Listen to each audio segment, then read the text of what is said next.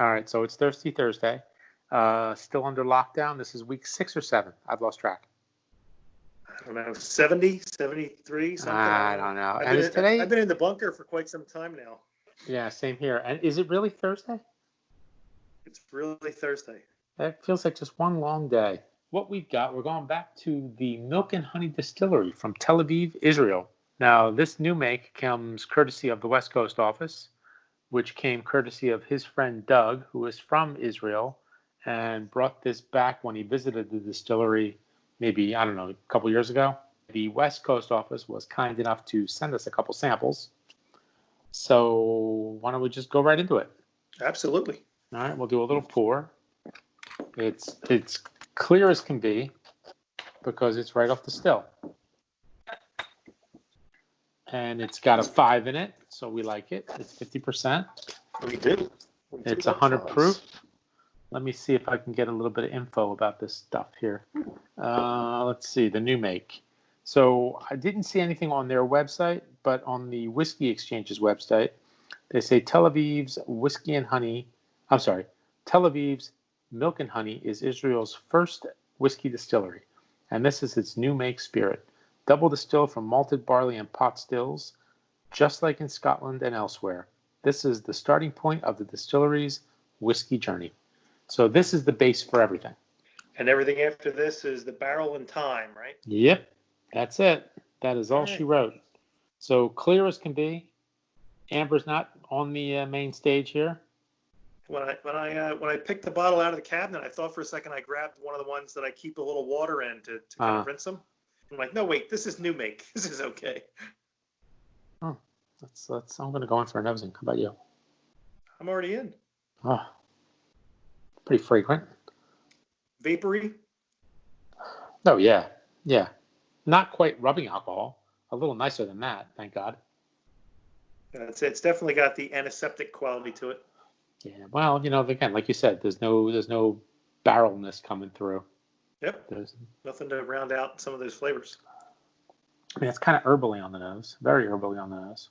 It smells more like a gin, without the juniper. It's like it's got those kinds of herbals and botanicals in it.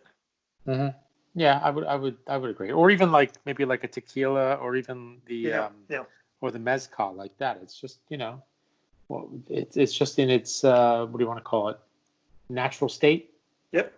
And I guess the barrel really imparts more of like the vanillas and the fruits. Right. So this really doesn't have anything to it because it's right off the still. Yep. This is, I guess, just what they extract from the grain. Yep.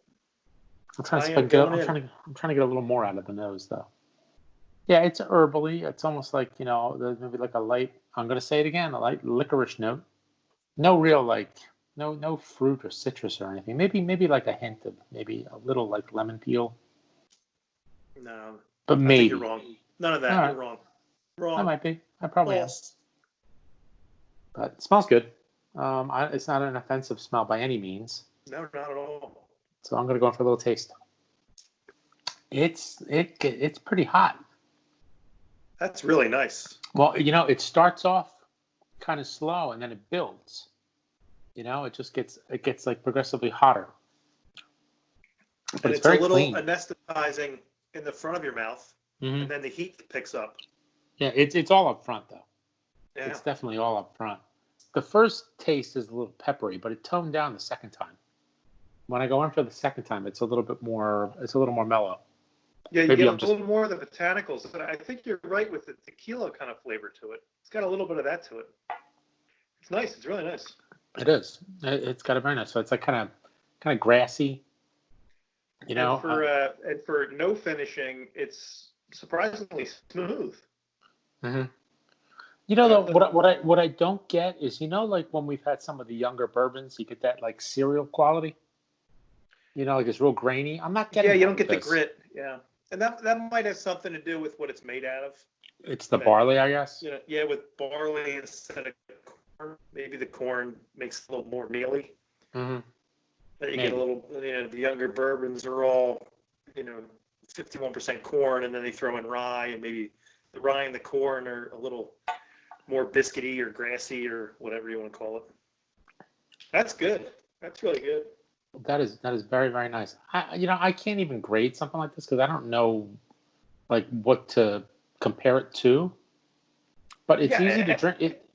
It is. It's easy to drink, and I think you'd be like, well, what am I going to grade it against? We haven't had that much new make, and you're not going to see this in like a bar or a restaurant to get a new make cocktail, or I'm sure when they bring it in a bottle, they're few and far between, or they're only bought and sold over in Israel. So yeah, it's a challenge, but it's very good. It's very good. Yeah, I like it on its own. I could see cocktailing with this. I mean, in your house, you might cocktail with this. Maybe. I don't think you'd go into a bar and find new make in a bar.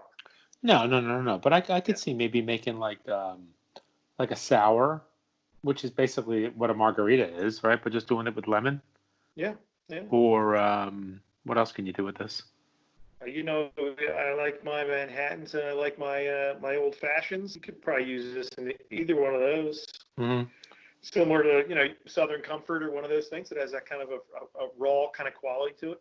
Maybe, or what else could be? I would like to try this with, like a Negroni. Remember that book, the cocktail book, Booze and Vinyl? Right. They did a tequila Negroni where it was more tequila and less of the Campari and the vermouth.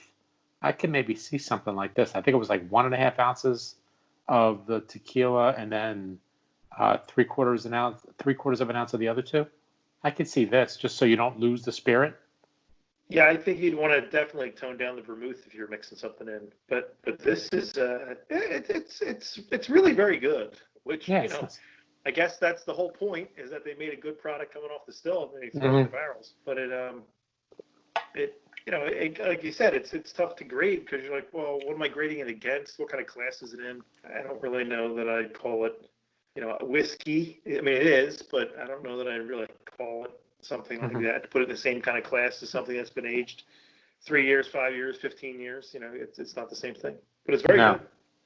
Yeah, it's nice, and I like to try new make every once in a while because I think it tells you a lot about, what's coming off, what it's going to look like maybe a year down the road, 2 years down the road, after they age it. But it's good going in. We've talked about it a few times, like when we had Penderyn and when we've had Kilhoman, which they're pretty young distilleries, and their stuff is just really good, and it's not that old. So I've always been curious to try their new make because I suspect it's probably really nice right off the still. Yeah, I wonder if we still had some of the Milk and Honey. If you tasted this against the bottles that we had from before. To see how much it changes after aging? To see, well, what's the difference? Like, what's the progression? Kind of like the vertical tastings we like to do every once in a while.